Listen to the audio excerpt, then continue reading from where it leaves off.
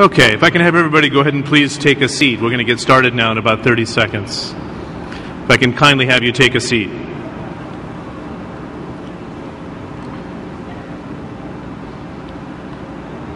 Let me introduce our panelist. Before the break, the Tiana break, I was talking about the expertise from the discussion we had this morning going into hard solutions for the future, and that's going to be the focus for our next hour together. Let me introduce Dr. Andreas Schleicher of the OECD, the Organization of Economic Cooperation and Development. Andreas Schleicher. Dr. Mona Merced, she's the partner at the McKinsey Group. Blair Shepard, the Dean of Duke University Fuqua Business School. And Dr. Ghazi bin Zager, PhD, board advisor to EFAT College, and obviously involved in the bin Zager Group. And Dr. Haifa Jamal Alal, the Dean of the EFAT College, has been very involved here at the Jeddah Economic Forum. A nice round of applause for them.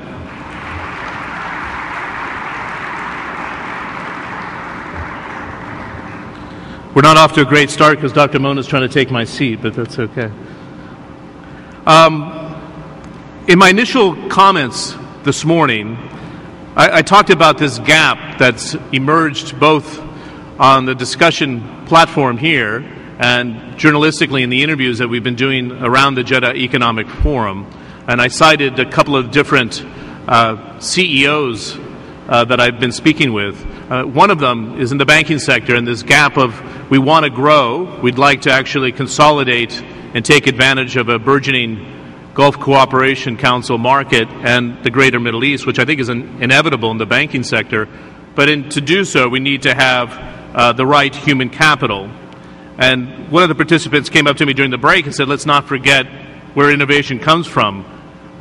Innovation usually comes at the grassroots level in the small and medium-sized business sector. New ideas springing from the bottom, usually purchased by larger companies, and then fostered into global or at least regional competitors.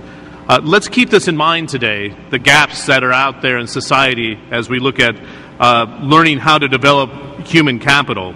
I talked about this gap of where we are today in economic development, the 7 economic cities that are being built, and what the perceptions are, what the desires are of the people today.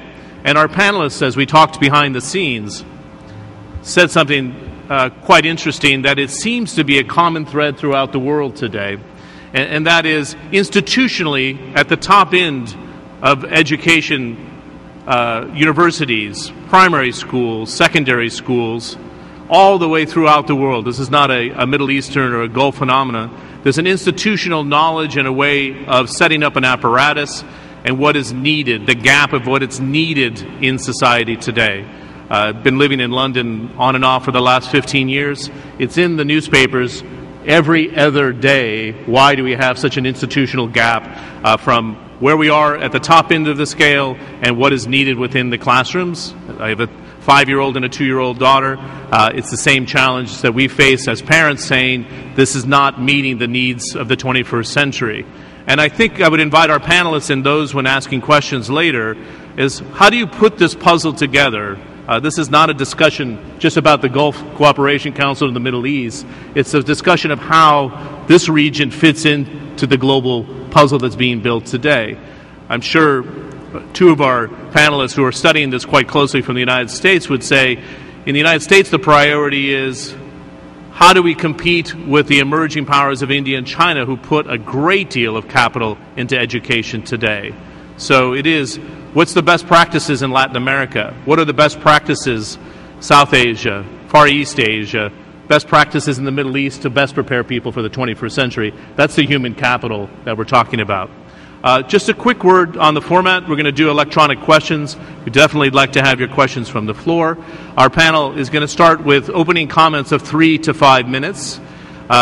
Our first speaker is one who I fortunately met on the plane over from Paris, and we had a chance to share time in the car today together. Is in the midst of a global study looking at where we are on a level playing field in terms of like-to-like testing with education today in the global economy, going off of the opening comments we had just now. Let me introduce Mr. Andreas Schleicher of the OECD, who's going to join us on the podium, and the rest of us are going to stay in the roundtable. He's doing so because of his slides illustrating the work that he's been doing. Let's give him a warm round of applause. Thanks very much.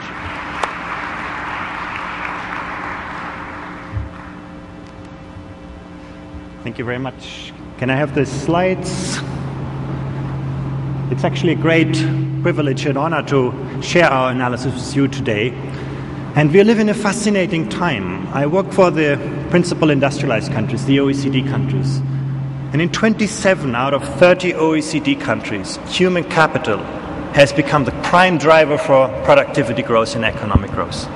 That hasn't been before the time. That was in the last 10 years what's happened. 27 out of 30 countries have seen human capital becoming the prime driver of economic growth. And that has driven dramatic changes across the world. This is how the education landscape looked in the 1960s. You could see the United States far ahead of everyone else, and then it goes up to the end with very few people having acquired baseline qualifications. But in the 1970s, suddenly, globalization, technological change made a difference. You could see some countries catching up rapidly, some countries doubling output in the course of 10 years. In the 1980s, you could see that change continuing. In the 1990s, once more. And what I'm showing you here, that in the course of 2 generations, the global talent pool has fundamentally changed. You can see a country like Korea. In the 1960s, Korea had the level of GDP of Afghanistan today. One of the least developed education systems, and they made it right to the top. Not with money, but by setting high ambition, by getting everybody into school, by making sure that every child has access to world-class education. United States, the gold standard 2 generations ago, that is today the OECD average. Not because things have got worse, but because they've got so much better, so much faster elsewhere. A changing world, a fascinating changing world, driven by globalization, technological change. Everything that can be digitized, automated, outsourced, being done by the most competitive individuals. If you look at higher education, you see the same picture, college graduates. You can see a number of countries where more than half of a population now get out of education with a college degree. This is the picture as we see it. This is the picture as it was 10 years ago. So you can see within the course of 10 years, some countries have actually doubled the output of higher education institutions. I'm showing you this because that is what is possible in education. And you can see an example of the United States, the number 1, 10 years before, now number 15. That is happening. Very little is happening in changing of the graduate output. A rapidly changing world. Let's look towards the future. I'm putting up China, the European Union, India, and the United States. This is 2003, the last time we got accurate counts. A few years from now, the world is going to look like this in terms of the number of people with baseline qualifications coming out of the system. And this is how the world is going to look by the year 2015. Pretty accurate predictions we can.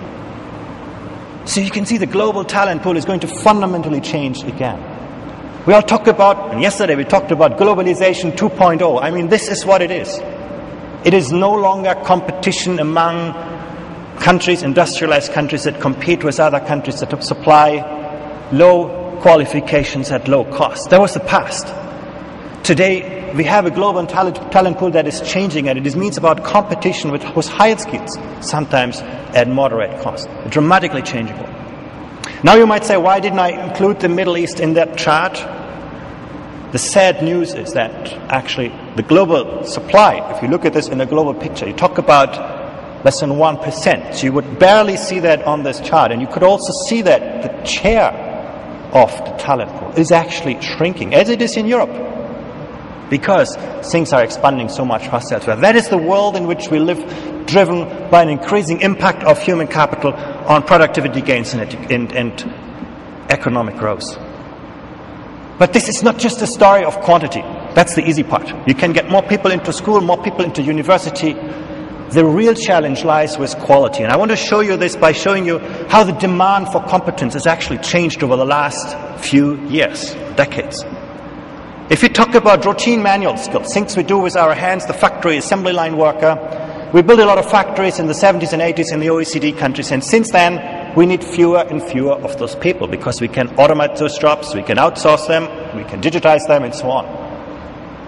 If you look at non-routine manual work, things that we do with our hands but that we cannot put into the form of algorithms, you could see the picture is similar. It's sort of flattening out because you always need sort of the bus driver, the room cleaner. I mean, there are lots of jobs that actually require to be done with our hands, but that you cannot easily replace with a computer. But that's fairly straightforward. The reason why I'm showing you this chart is a different one. What happened to routine cognitive skills? Things that are easy to learn, things that are easy to teach, things that are easy to test, memorizing material. Look at this. Watch this very carefully. Since the 1970s in the OECD area, routine cognitive skills have seen the steepest decline in the demand in modern economies, in the OECD economies. The challenge for modern education systems is to teach things that actually require other types of skills, things that you can memorize or can be done by the computer, by other sources. What has increased in the demand is this. Non-routine analytic skills, we call them. It's the capacity to solve problems, the capacity to create new knowledge, the capacity to synthesize knowledge. The world is no longer one of generalists or specialists. The key to success is, can you become a specialist in very, very short time? You're confronted with a new problem that nobody has solved before. Can you solve that problem? A big increase in the demand for those kind of skills. The other dimension, we call them non-routine interactive skills. The capacity of people to work together, to work in teams, to solve problems collaboratively, to communicate. Those are the kind of skills that are changing. And you just look at the last 10 years. I've made that here in gray. This is how our world has changed. Not in quantity, but in quality in terms of the skills that are important today. And then you ask yourselves, how have schools, how have universities reflected that change? Translate that into the school context. We're doing all fine in teaching mathematics. You're teaching people how to calculate things, how to produce numbers, and so on. But to what extent can actually young people apply their knowledge to the real world? If you give them a real problem, can they basically figure out what the problem is about? Can they construct a model of reality? Can they use mathematics as an example to structure the world, to understand the world?